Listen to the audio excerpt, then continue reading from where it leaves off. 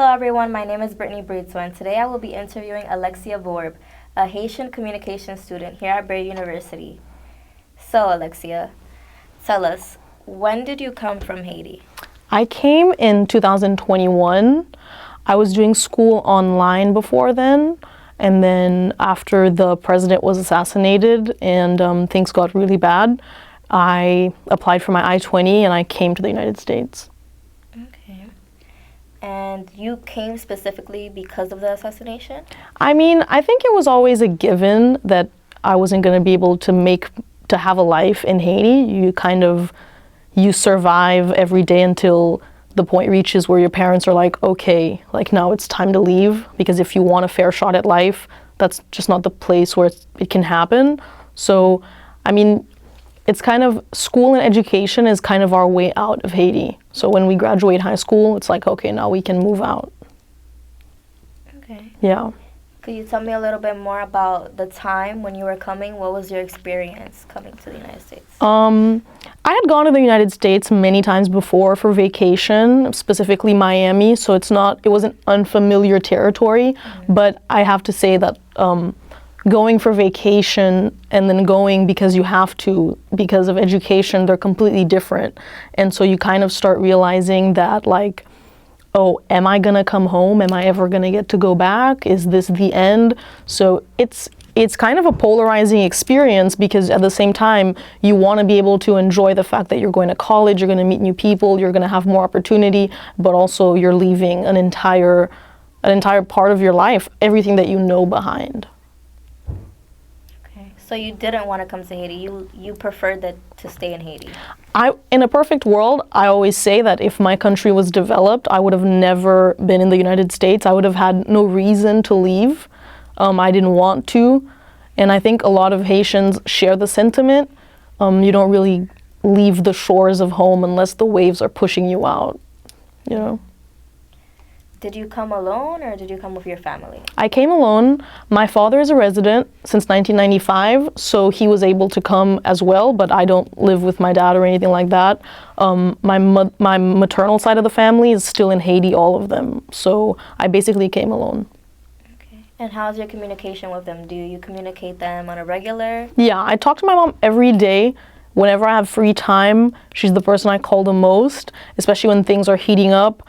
In Haiti politically, you always want to just check in on your loved ones, and you never know when the power lines are going to go out or when there's not going to be any internet, so WhatsApp is like a lifesaver for anyone that's international trying to communicate with their family, basically. So yeah.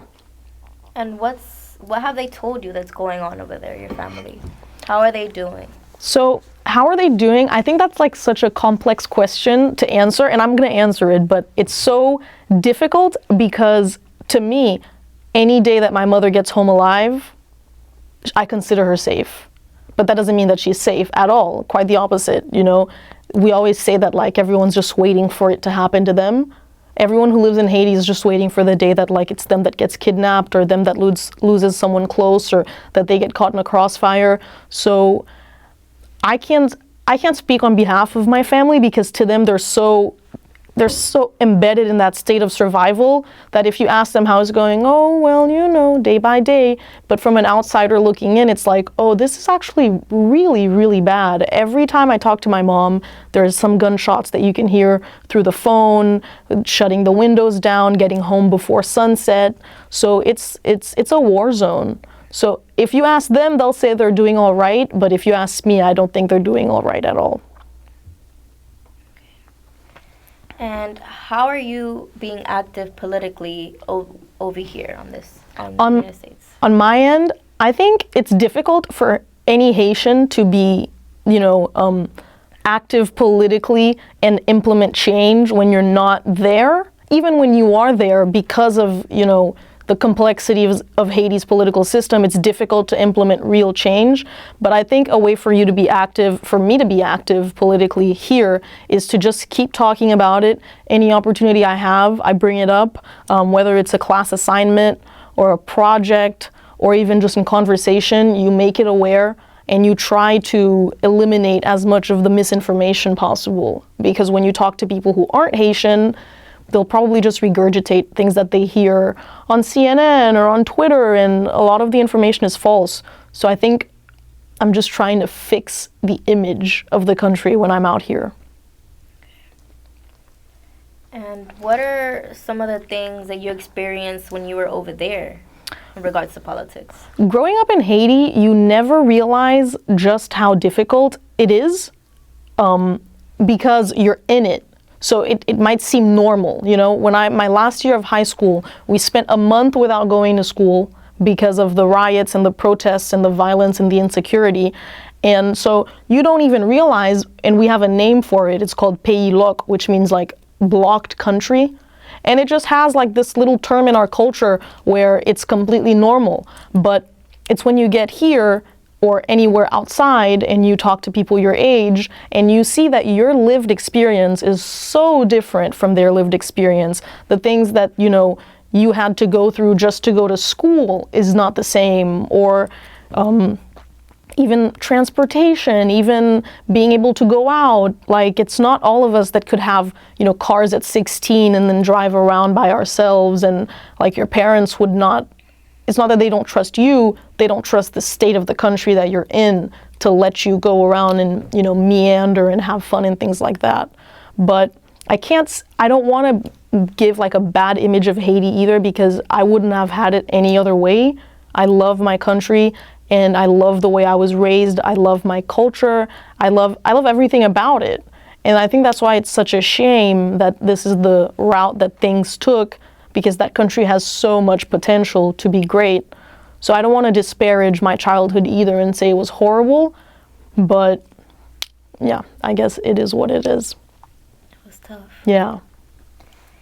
And when you came to Miami, you didn't directly come to Barry University, you came No. to another school? Yeah, so I went to the Miami Art Institute, the International University of Art and Design, which is downtown. And September 2023, we got an email saying that all campuses nationwide were shutting down and that we had about a week and a half to get our transcripts and plan for a transfer. But, you know, in the middle of the school year when things have already started, you don't always find universities that are going to take you in. And luckily for me, Barry had, they were in communication with my other school so that Barry could take in as many students as they possibly could. And Barry was able to accept a majority of my credits. So now I'm here for, I think, 2 more semesters, 3 if I'm not mistaken. But yeah, I've been here since January for the spring semester, and yeah. And do you know any other students that came? I do not. So because the school shut down in September, a lot of the students transferred in September and like integrated right into the fall semester at Barry. I took that year, the rest of that year off, and just went to work and started in spring. So I wasn't really in communication with any of the other students. Okay. And do you have contact with other people who are trying to change politics from here in Haiti? I think, well, I'm on a group chat. It's not necessarily with students or young people or even people like that go to university. It's just a bunch of Haitians and even some international people. We have writers and journalists on the group chat, and it's more of a way for us to like keep in touch with current events. So like any development that happens, somebody will send it on the group chat, and then we'll have some discourse on it. But there's nuance in Haiti's politics relative to like other countries' politics. So for example, in the United States, it's very common that like when there's an issue, everybody goes out to protest, and you know, you talk about it enough and that implements change. In Haiti, it's not that easy, because the level of corruption that the government has reached has made it increasingly difficult for, you know, citizens to do anything, to the point where now everyone is left to their own devices. You have vigilante movements in Haiti where it's citizens of each neighborhood getting together to protect their neighborhood. So let's say, well, let me compare it and put it in perspective. Imagine if there's a gang crisis in Kendall, in Miami, and the residents of Kendall say, okay, the police aren't doing anything, the government's not helping us, we're gonna get our guns, we're gonna get our machetes, and any intruder that comes in, we're cutting their head off. This is exactly what's happening in Haiti. There's videos, there's footage, it's being reported throughout the news, and at the same time, this contributes to the negative image in Haiti. It makes it seem like it's such a lawless place where everybody does whatever they want, but when you have a population that is on their knees begging for help and no one is helping, this is the only outcome. People have to protect themselves and protect their families and protect what little assets they have left. And I think as much as it would be easy for me to call myself an activist, I am not an activist. I'm just a concerned citizen. The real activists for me are those that are on the ground in Haiti, risking their lives to speak out against the government, speak out against the gangs, and that are risking their safety. Especially you with a television, now that you're getting your television degree, Right. you can do so much within media to help, and Right. you don't even realize it. One post could just inform so many people. So many people. And you can raise awareness for a community. There's so many people who do GoFundMes who are able to send True. products and so many things to help out Haiti. Networking and all Yeah. that stuff. And also the thing that makes Barry different, there's a significant amount of Haitian students at Barry University. I've met a few Haitian students, probably like, I would say I met at least 17 Haitian students, which is the most that I've met in any of other university. There were practically no other Haitian students at my old school. So I think there's an opportunity for community here that's not offered at other schools, despite having a big Haitian population in Miami in general. You know, we say that Miami's the North Caribbean. It's not in the United States. It's just a little up north of the Caribbean, but There's other people here like you. You're not alone, and there's people experiencing what you're experiencing. yeah, for sure. It's definitely comforting, but also, you know, you kind of have that drive that like, okay, we have to start doing something. We have to start mobilizing now, even if we can't change the world tomorrow, but at least get into contact with each other. I think that there's a Haitian students organization here at Barry, something like that I heard of, but like, I'm not sure what their initiative is, you know? I heard that they were doing like the compas dance lessons. Compas is like this traditional Haitian dance. That's what they were doing. I don't think that's what we should be doing. You know what I'm saying? Like, you want to highlight Haitian culture, but turn a blind eye to the Haitian people that are over there right now and dying. This is not the time to be dancing. This is the time to be finding your voice, speaking out, researching, educating, and learning. We never stop learning. So and learning, we never stop learning. So. And what are some of the ways that you educate yourself within politics and learning how to guide yourself through this experience? Yeah. So I think, once again, it's so difficult to be properly educated and know separate fact from opinion, because in Haiti, nothing is ever fact checked. You know, you have a lot of journalists, quote unquote, and all they do is post their opinion and they label it as fact. That's not a way to do it. And Haitians, one thing about us, we have opinions. We're full of them. I could pull out an opinion from my bag right now. But if you want to get active politically, you need to be able to discern your feelings from the facts. Yeah. So I think my main objective, and that's why I do a lot of reading, watch a lot of documentaries, get in contact with writers that I know are credible, and read their work, and also testimonies from my family. My family's been in Haiti forever. Like, my grandparents, great-grandparents, great-great-great-great, like, we're just Haitian through and through. So they've lived in this country forever, and they've seen it go from being the pearl of the Caribbean, the pearl of the Antilles, to what it is today.